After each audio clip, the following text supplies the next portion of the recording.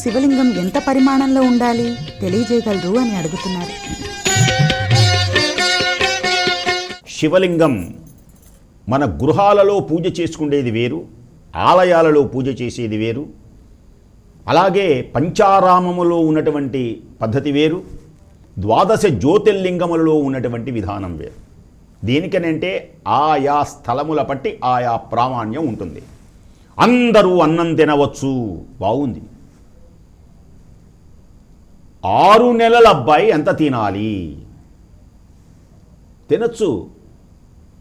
సంవత్సరం అబ్బాయి ఎంత తినాలి? 40 ఏళ్ల వాడు ఎంత తినాలి? దానికి ప్రామాణ్యం ఉంటుంది.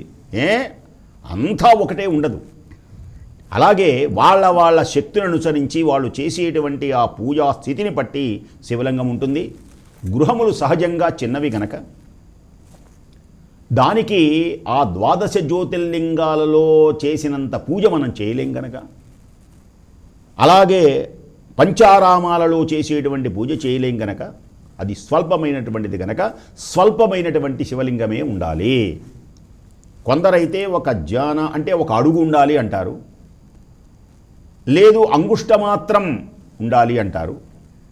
ఇవి అంగుష్టమాత్రం లేదా ఒక అడుగు లోపుగా ఉన్నటువంటివి ఆ ప్రామాణ్యంతో ఉన్నటువంటి శివలింగములను పూజ చేసుకొని చక్కగా ఆనందం కలుగుతుంది. ఇంకా పెద్ద లింగము చేయాలనుకోండి, దానికి తగినటువంటి ఆ స్థితి కలిగించాలి. ఆ పూజా కార్యక్రమాలు, నీకు నమక చమకాలు, అనుష్ఠానాలు, పెద్ద పెద్ద ఈ దివ్యమైనటువంటి అన్న ప్రసాదాలు, అన్నంతోడు కూడా పూజ చేస్తారు. మొత్తం గది మొత్తం ఆ శివలింగాలలో ఒక్క రోజున కాళహస్తి, అలాగే శ్రీశైలం ఉన్నది. శివలింగము చిన్నదే కానీ మహిమ గొప్పది. అది ద్వాదశ జ్యోతిర్లింగం. గుడి మొత్తం అన్నం పోసేస్తారు, అది ప్రసాదంగా పెడతారు.